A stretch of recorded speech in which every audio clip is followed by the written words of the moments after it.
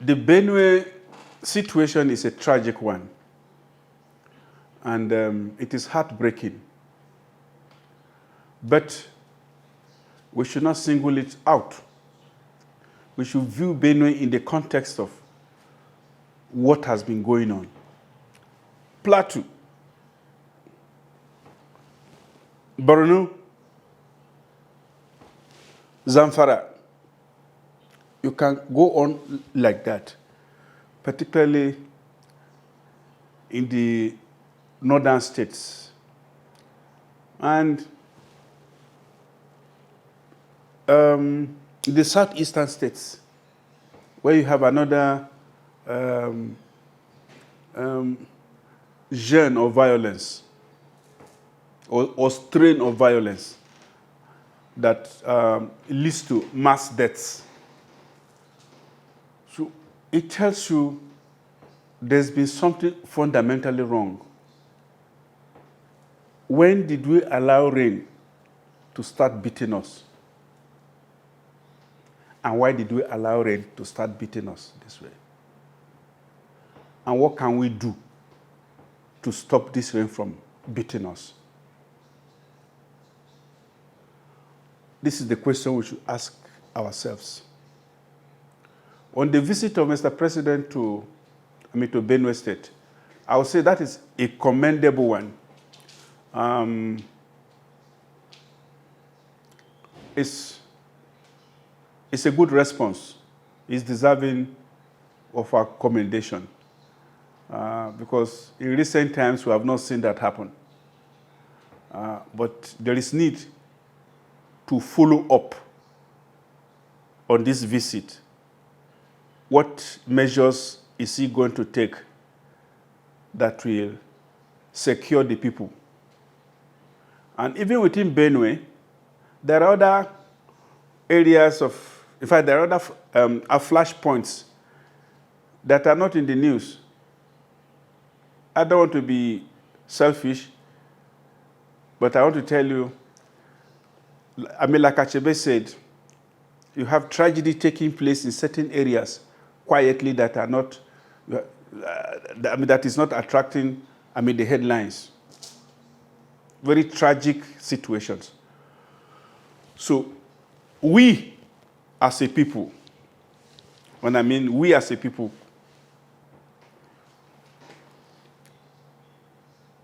we have to decide what to do.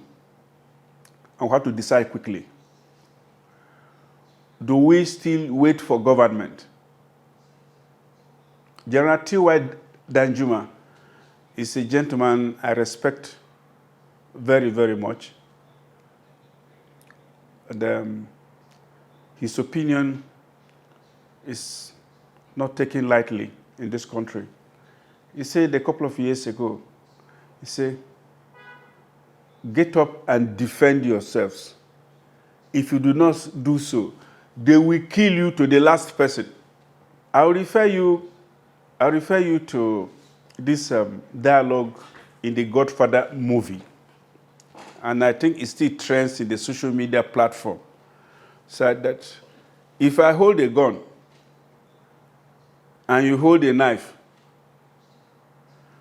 it feels like that, there can be conversation, reasonable conversation between the two of us. Or if I hold a knife and you don't, if I hold a gun and you don't even hold a knife, it is not only a gun I'm holding your life in my hand.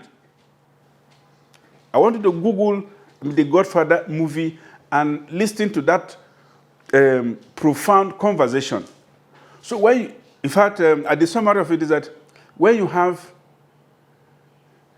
unequal forces, imbalance of forces, when you have such a situation, there can be a reasonable conversation. There can be reasonable dialogue.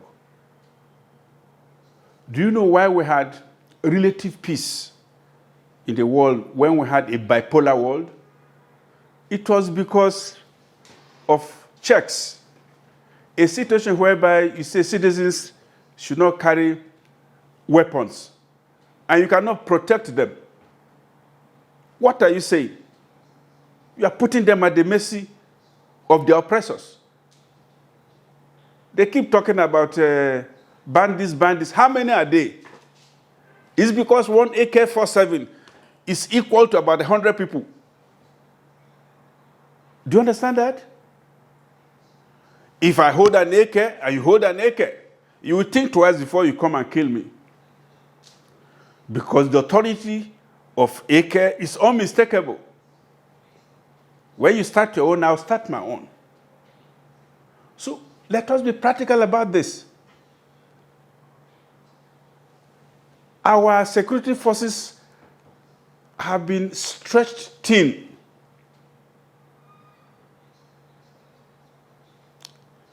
To me, they have done their bit. The communities now have to augment what our security forces are doing. Government has also to ensure that our security forces have the requisite, have the appropriate weaponry, technology, and all of that to combat all of this. These killers, I don't know who they are, so I cannot say they are this or that. These killers did not come from space.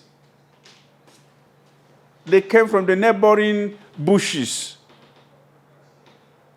Yelewata has been a flashpoint. Do you understand? Has been a flashpoint. So ordinarily, that should have been in the radar of our security agencies. With a drone, a surveillance drone, these guys should have been caught before they struck. But what are we doing with our little technology? When we know where the flashpoints are, we know. What are we doing with our intelligence? So the community now must be part of security planning. If we don't do this, we are deceiving ourselves. And once again, and at the risk of contradicting myself, I would want to quote General Tewa Danjuma. He had said in an interview a couple of years ago that a guerrilla force can pin down a whole brigade, a guerrilla force of, say, 20 men, 40 men, 50 men. Because we are talking about asymmetric warfare. This is not a regular warfare. This is a hit and run. You are thinking they are going to come to zone A, they are in zone Z. You think they are going to hit, the next place that they are going to hit is zone D. They are in zone H. So what do? Is simply let us get the communities, make them part of the national security system and apparatus. The Elewata people said these guys operated for 4 hours. From Lafia to Elewata is about 40 kilometers. From Makodi to Elewata is not more than 50 kilometers. So it is in an equidistant area. Left or right, our security forces could be in that town, give or take 40 minutes of regular driving. But of emergency like this, the thing could be less.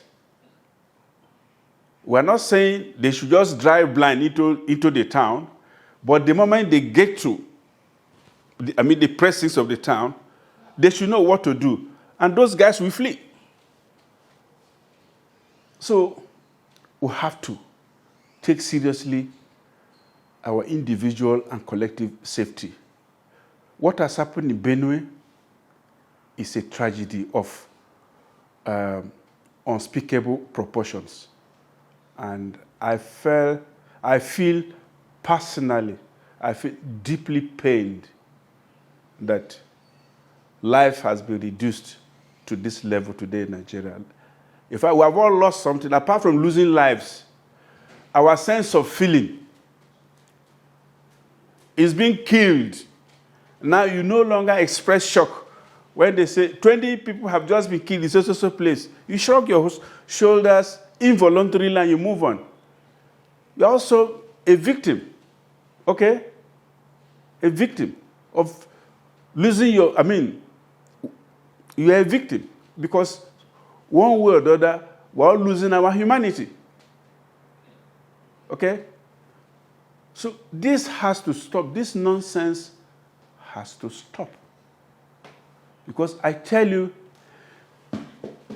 people are not going to wait for government anymore. But they will try by all means to get weapons, by hook or by crook. And let us see any security officer who will intercept and say, where did you get this gun from? So, communities have to be figured in the planning and execution of security.